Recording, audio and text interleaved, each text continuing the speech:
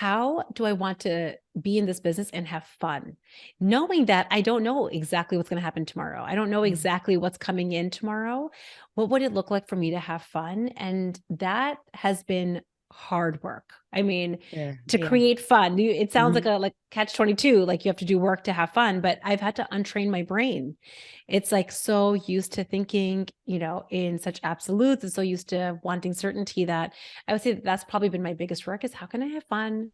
How can we release the pressure? How can I care about this business without being so attached to the Yes. results? How can I have a lighter hand with it? And let my story, let my message, let that just speak for what it is, and let that just kind of go out and see what comes from that. Fear stops us from achieving our true greatness. Are you a professional woman who is feeling stuck, unmotivated, or burned out? Are you worried about your wellness? Are you letting fear stop you from crushing your goals? If you answered yes to any or all of these, then this is the podcast for you. Dr. Charmaine Gregory, night shift emergency physician, burnout thriver, and wellness champion, along with everyday heroes just like you, will explore how to face fear in our lives and emerge victoriously. Hey, thanks for checking out this episode. Be sure to click the subscribe button and the notification bell so that you get notified when the next video comes out. It only takes 2 seconds to make 2 clicks. So let's do it. Let's get back to the video. Hello, hello, hello, hello, Fearless Freedom Tribe. This is Dr. G, and we are back for another exciting episode of the Fearless Freedom with Dr. G podcast. Today, we have Dr. Venugopal with us, and she is going to tell us all about what she's up to and who she is. Take it away, Priyanka.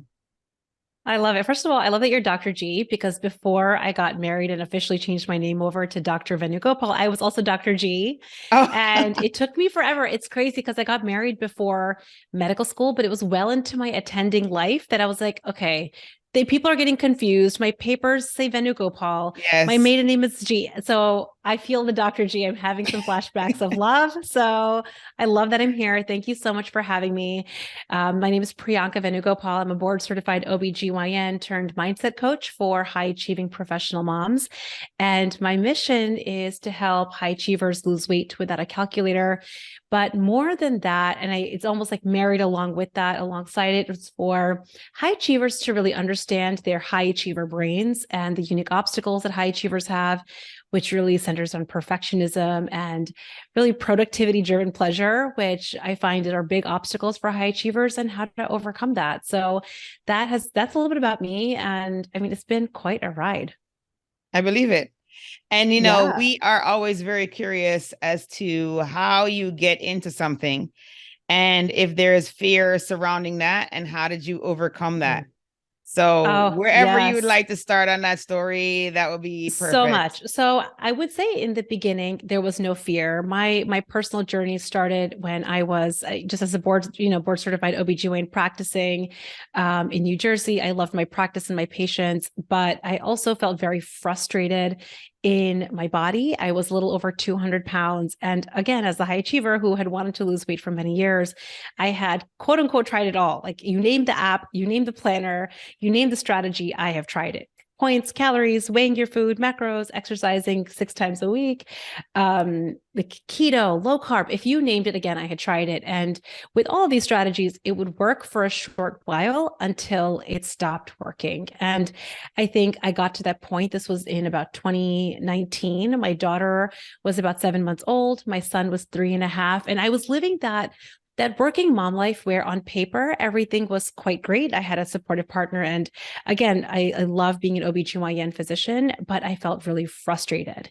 And I stumbled onto a podcast just like this that really planted a seed of possibility that maybe I had been going about it all wrong. Maybe I had been focusing so much on the strategy and less on my mindset, less on my mind. And maybe that was the missing piece. So for me, my journey started not from a place of fear, but really from a place of possibility that I wanted to change this so bad. And I was willing to do the work to get there. So that's what started my personal journey with coaching. I lost a little over 60 pounds, really incorporating mindset coaching into my journey without counting points and calories and crazy exercise, which we can talk about, separately later. And I would say the part for me that was when fear and courage really started in my personal journey was when I made the decision to leave medicine, to leave my practice as an OBGYN, to become a full-time entrepreneur and do this work, which I kind of was my own first client, what I kind of experienced because I wanted that in the hands of more high-achieving professionals. So that was a big moment of fear when I was making the decision. Do I want to do this? Do I love this so much? And the answer was yes. That's awesome. And so a kind of a corollary question then is, what was the why for you? Like you mentioned that, you had an internal need because of your own situation. And then, but the why is a thing that allows for you to be able to overcome that fear of walking away from medicine and the supposed security that medicine provides, and then be able to step out into entrepreneurship, which is very uncertain, like roller coaster ride all the time, So I'm curious, what is it that keeps you going? What is that driver?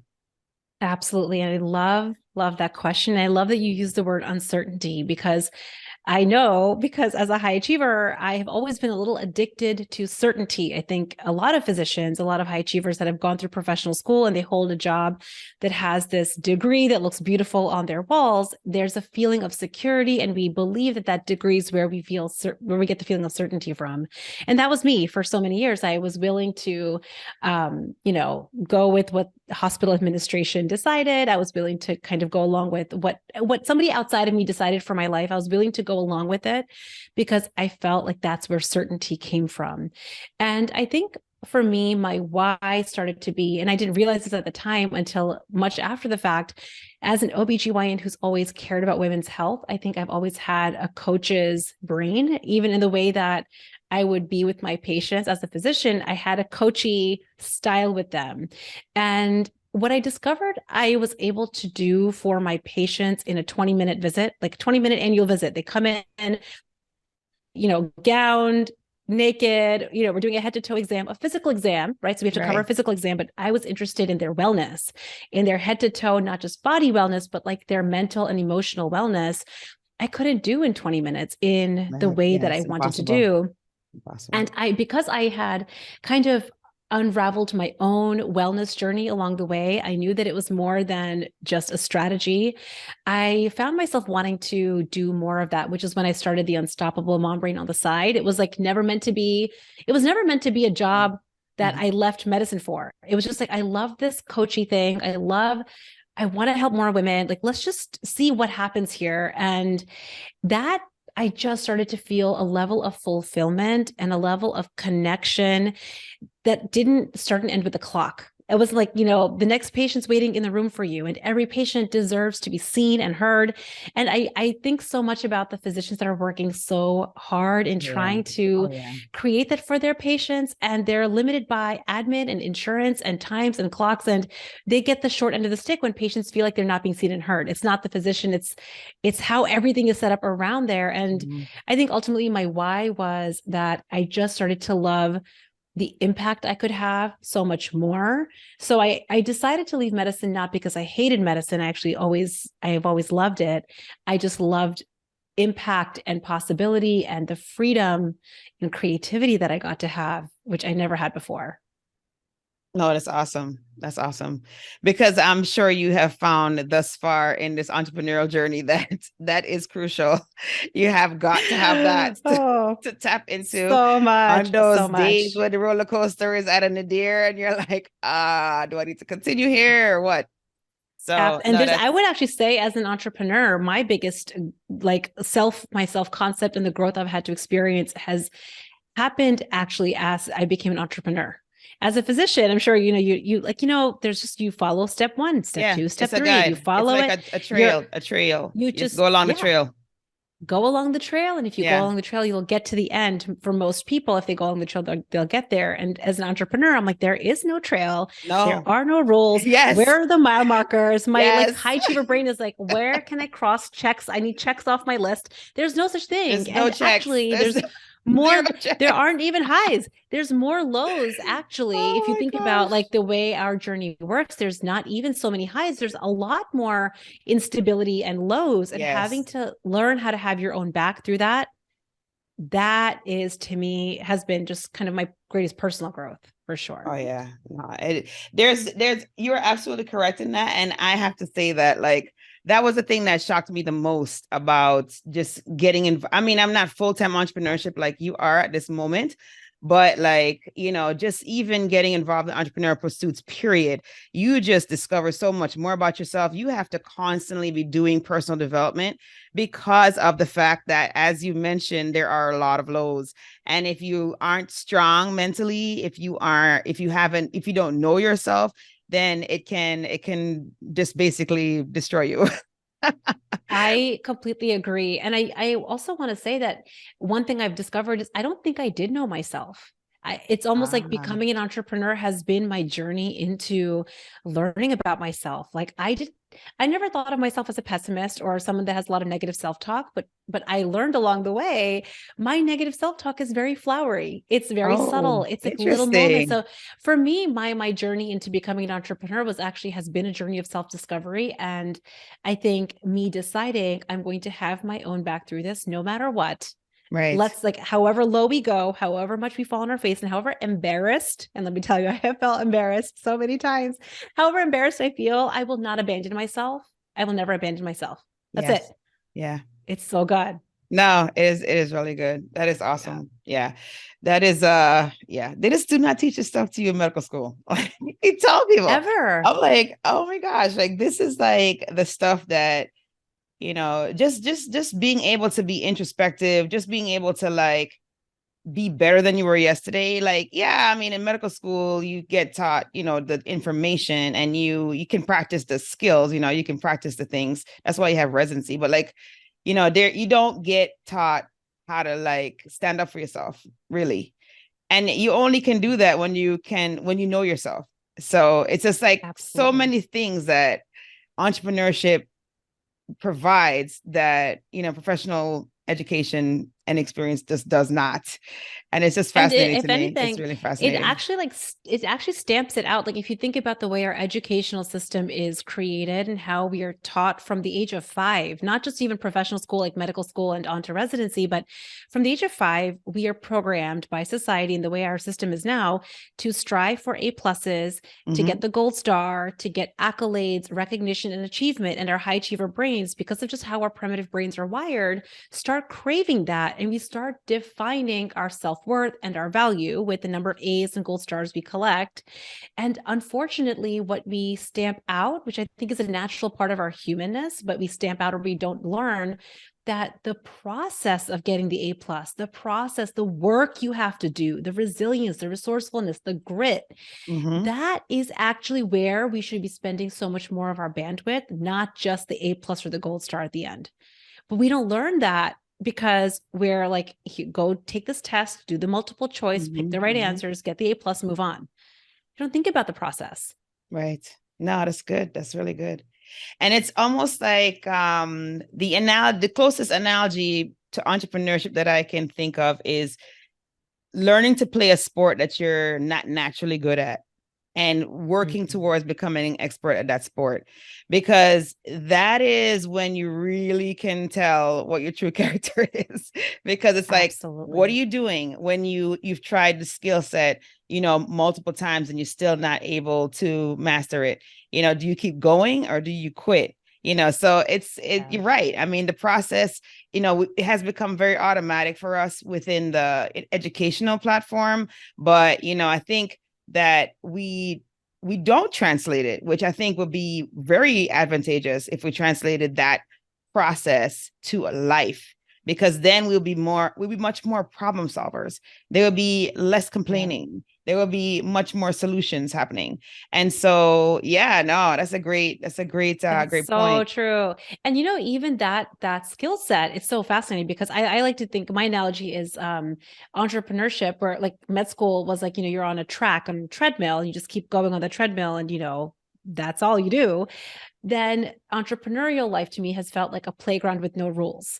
There's some Mm, equipment there and maybe it yes. works, maybe it doesn't. Maybe you have to be resourceful. You have to maybe Mhm, go build a playground. You have to go find a hammer and some nails and build something or mhm. become resourceful. And what I think is so fascinating is that is actually the skill set that I think high achievers need to hit any goal, any new Yes. big goal. So even Yes. with weight loss, one of the things I've noticed in the way that I teach weight loss is because again, I don't talk about points and calories and macros. I teach my clients how to become more resourceful in their brains, how to create a way of eating that they truly love, free of restriction and deprivation, that requires resourcefulness. Like we're challenging old ways of thinking, we're challenging old paradigms, but it requires that same thing. Like, okay, I don't see the playground set here.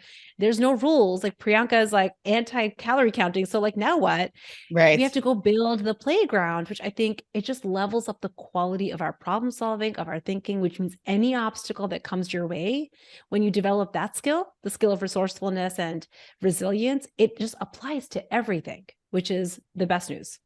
No, that's awesome. That is really, really awesome. I love that analogy, the playground and no rules. So good. Oh, that's great. That is Just need a great. hammer and some nails, get some Yeah. wood. Yeah, You let's like go. build yourself a swing set. There you Yeah. go. No, that's fantastic. That is fantastic.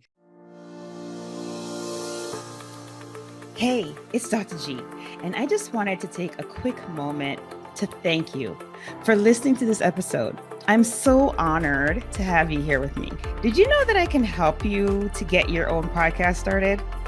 With my podcasting launch course for professionals, I walk you through everything you need to know about starting a podcast.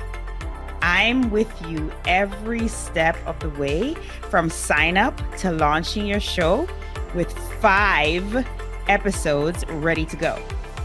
There's a done for you version that's also available. If you would just rather just do recordings and leave the behind the scenes work up to us, then that one is definitely for you. But either way, we've got your back here at Fearless Freedom with Dr. G. Oh, if you already have a show and you need production services, we have monthly plans available for you. So check out the links in the episode show notes for more information. Let's get back to the show.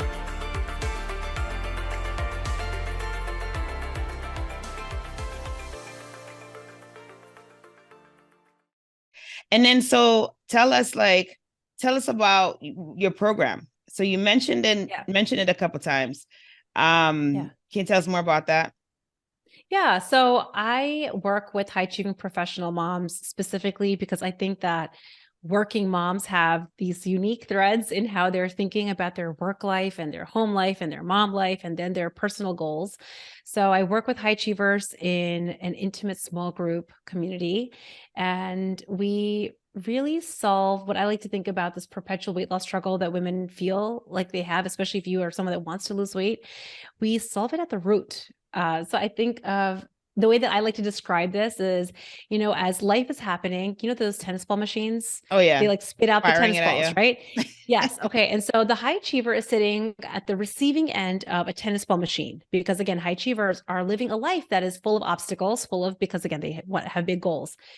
And I think what has happened for so many of us is we have those tennis balls being lobbed at us and we feel frustrated at this. Like, this is not right. This is too much. It's not fair. Life shouldn't be so hard. My partner should be nicer. My kids should be better behaved. My boss should be more understanding. I should have more time. You have a lot of thoughts like this. Yes. And in doing that, we feel a lot of frustration and resentment, which often drives us to eat when we're not hungry, to give up, F it, screw it, quit, micro quit, and we'll start again tomorrow. Monday morning, we'll start again tomorrow. Yeah. So all that's doing in this analogy is we are having these balls lobbed at us, getting bruised along the way, occasionally stepping off the court because we can't handle it, but we want to play the game.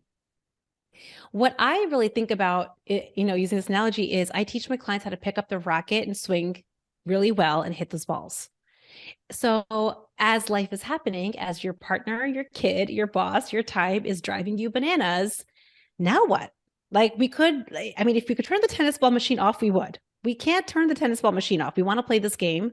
We want to be living this life. And so how can we more expertly navigate that so that we're not turning to food every time we feel frustrated, instead learn the skill of lobbing the tennis ball back and stop emotionally eating. And so that's how I help my clients lose weight without counting points and calories through these skills that I think really just changes everything. For me personally, I remember when I lost the weight, when I lost a little over 60 pounds, it was the weight loss physically, of course, but I started feeling different as a mom. I felt like the work that I had to do as a mom and the way that I felt as a physician, I felt more confident. I felt more powerful. I felt more like, oh, a ball's coming. I have my racket. Like, let's go. It Nice. just was a different experience of my life that my kid didn't have to change. And guess what? He didn't. My partner didn't have to change. You know, he's still who he is. Like nothing in my life had to change for me to learn this skill. And that's what I do with my clients. That's awesome. And then you have to Yeah. tell us how they can get in contact with you. Yes, absolutely. So I am the Unstoppable Mom Brain, basically everywhere on the internet. And the Unstoppable Mom Brain podcast is my podcast where I share a lot of mindset, strategies, specific skills, and techniques that I highly recommend for really any human that wants to hit goals, or especially around weight loss. And I have a training that I recently did for the high achiever who wants to overcome their perfectionist tendencies. If they find themselves procrastinating, I see you. I see you. I've created a training for you. You can grab that training over at the unstoppablemombrain.com/training, and all things unstoppable everywhere on the internet. Awesome. Awesome. Awesome. Awesome. That's fantastic. And so you've been doing this now for how long full time? So I discovered coaching in 2019 and I started my business at the end of 2020. Okay. So, Wow. and there was quite a lot of overlap At between, the end of because I was 2020, right in the middle of the practicing, pandemic. right? Yeah, exactly. And I remember there was quite a while in between while I was practicing as a physician and I had my business Okay. at the same time.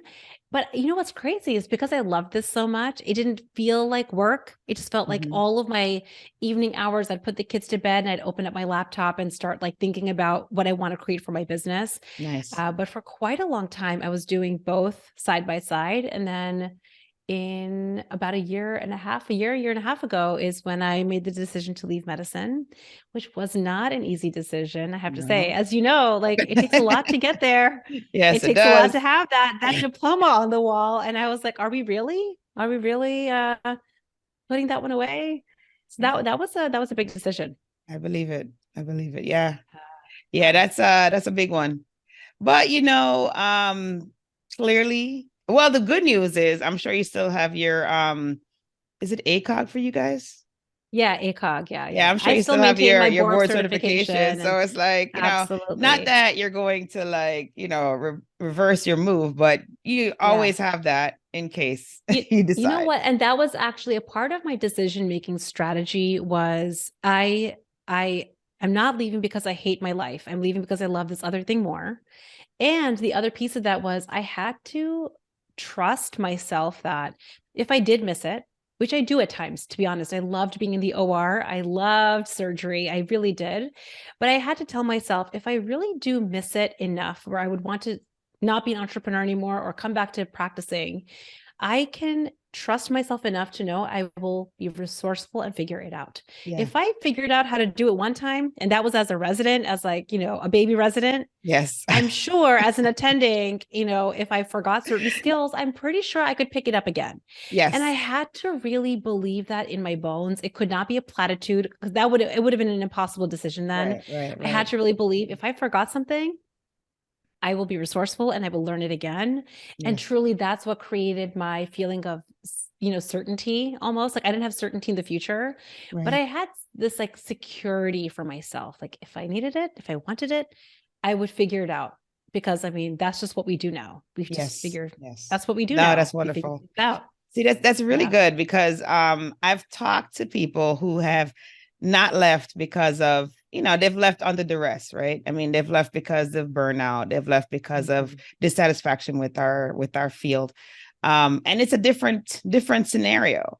So, to be in a place where you've left because of a different love, it's a very different place. And so that's awesome. That is a really It good thing. is, yeah. Yeah. And practically speaking, I also have to give my husband credit because if it wasn't for his income, I think financially that would have also been a challenging decision. So there's the practicalities Yeah. also of Yeah. leaving. Like we have a family, we want to support our family, we have a certain lifestyle that we want to maintain. So there was that piece that also did help me feel secure in that my husband is making an income that can also support this family. And I have to say, I feel like it would almost be like not responsible of me to share that. I think the practicality of leaving was, having those things decided and Nice. Yeah. known in advance that I think also helped. Oh yeah, no, that's huge. Yeah, because I Yeah. mean, there are definitely families where the female is the one that is earning more. And so, if she decides to walk away from medicine, it's a huge impact on the entire family's milieu versus like if both of you are making a lot of money or making sufficient money to supply your family's needs, then one walking away is not as bad. So Right. that's a good thing to have in place for sure, for It sure. is. Yeah. And I think it really just helps filter through, right? Like you can still have a partner that's making an income and feel a lot of fear and let fear hold you back from leaving. Yes. You could have no partner at all and be completely on your own and feel completely courageous and still leave. So, Yes. like, there's never one or the other or all or nothing. There's so many nuanced scenarios in between. But I think it's important to know your brain and to know, where are you making this decision from? Are you making it from fear? Are you making it from certainty? Are you making it from possibility, from inevitability? What are you feeling that's driving this decision? And whatever you choose, are you going to have your own back? Because Right. it's not going to be perfect. It's not going to be perfect. There's Nothing's going to be so many perfect. moments. That's right. Yeah, no, that's good. That's a good point. And then so tell us, no, now you're at that point where so you branched out, you're on your own, everything's been rolling for a year and a half now. And are you feeling any fear about the future, about what's next? I think that this is so fascinating. I love this question because I think a year and a half ago, because I was kind of addicted to certainty, I was feeling perpetual uncertainty. So Okay. my desire for certainty, again, as an entrepreneur, there's like literally no such thing. Right. I mean, just for humans in general, like honestly, for humans in general, if you think about how life works, we don't actually have certainty over anything. Anything can happen Exactly. tomorrow. Yes. But because I like kept craving certainty, that desire for certainty, and perfectionist thinking, I have a lot of my own first client, like my perfectionist brain wanted certainty. I remember at the start of being an entrepreneur, I felt a lot of uncertainty in the present. And I realized that for me to navigate out of that to where I am now is I don't have to crave certainty. I don't need to feel uncertain now. What else would I want to fuel the way that I show up in my business? What do I want I mean, how terrible would it be if I left medicine to feel uncertain all the time and Right. like in the lows of entrepreneurship all the time? So my work, I think, especially over the last year, has been, how do I want to be in this business and have fun? Knowing that I don't know exactly what's going to happen tomorrow. I don't know exactly what's coming in tomorrow. What would it look like for me to have fun? And that has been hard work. I mean, Yeah. to Yeah. create fun, it sounds like Mhm. a catch 22, like you have to do work to have fun, but I've had to untrain my brain. It's like so used to thinking, in such absolutes and so used to wanting certainty that I would say that's probably been my biggest work is, how can I have fun? How can we release the pressure? How can I care about this business without being so attached to Yes. the results? How can I have a lighter hand with it and let my story, let my message, let that just speak for what it is, and let that just kind of go out and see what comes from that. Nice. Yeah, no, that's great. Thank you for sharing that because Yeah. we always on the outside looking in, it's always that, oh, everything's rolling along quite nicely. He must be perfect. We know that's not perfect ever. But it's nice to hear how you work through what is coming or what is to come and how would you deal with that. So that's good to hear because I think people need to hear that. They need to hear. Absolutely. And I think I also want to just normalize that because, we have two parts of our brain. We have the most primitive part of our brain, which is driving that.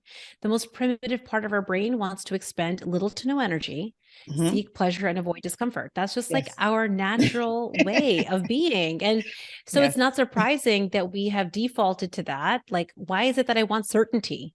It's because my primitive brain is afraid of what's out there, what might happen. It can't separate the difference between, I like to think of it as like an email disaster and the lion outside of your cave. Our brains don't know the difference. It just feels fear, making a mistake, or like, oh, there's some uncertainty. We feel a lot of fear around that. And I think it's important to validate that it's normal and also know that that's the most primitive part of our thinking. And what would it feel like to take a breath and remember we have a more evolved part of our brain, the prefrontal cortex, which truly is capable of amazing things. Like where do you think we've like dreamed up the airplane and like ships that can sail around the world? That did not come from fear. Those big things, those big like explosions in, I think, human growth have come from our more evolved thinking. And that's possible for all of us. We just have to catch, when are we in primitive mode? And what would it be like to operate from our more evolved thinking, which all of us can do. No, that's great. That's fantastic. Wow. You have shared so many great nuggets today, Priyanka. We really appreciate it. I'm so glad. This has been incredibly fun for me. Oh yeah, no, totally. And then so we are at that point in the show where we do our tradition, and it is fill in the blanks. Are you ready? Let's do it. All right, I'm ready. cool. All right, cool. The first one is, if I am fearless, I will. If I am fearless, I will try anything once. Okay. All right. The next one is, to me, fearless freedom means. Fearless freedom means the willingness to feel anything, taking action and feeling anything along the way. Love it. Love it. And last but not least, my battle cry is. Oh, that's a good one. My battle cry is, oh, I have to think of this one. Battle cry. I feel like I don't have a, do I have a battle cry? Now I'm like, I need to invent a battle cry. Dr. G. There you go. Go ahead, girl. I need to invent a battle cry. Oh my gosh. I feel like a lot of my battle cry is like, listen, friends, I have some like real talk for you. Listen up. No, that yelling works. At my people. It's yelling at my people. But now I need to think of a battle cry. Oh, I have homework for tonight. There you go. There you go. So good. Oh my gosh. Awesome. Awesome. So share with us again how they can get in contact with you. Absolutely. Yeah. So first of all, thank you so much for having me. I love having these conversations. This topic just lights me up. But you can find me at The Unstoppable Mom Brain anywhere on the internet. The Unstoppable Mom Brain podcast is a great first place to start if what I'm sharing is resonating with you. Nice. And of course, that training for your high achiever brain, theunstoppablemombrain.com/training. You can grab it and I will meet you in your email inbox. Awesome. Awesome. Awesome. Awesome. Thanks again for spending time with us here in the Fearless Freedom Tribe. We appreciate you. Bye. Bye-bye. Thank you for joining me on this episode of Fearless Freedom with Dr. G. Again, I'm Dr. G. And if you like this episode, be sure to subscribe so that you can get notified of when the next episode is going to be. And also, I'll catch you next time. Have a great one. Be strong, be brave, and unleash your greatness.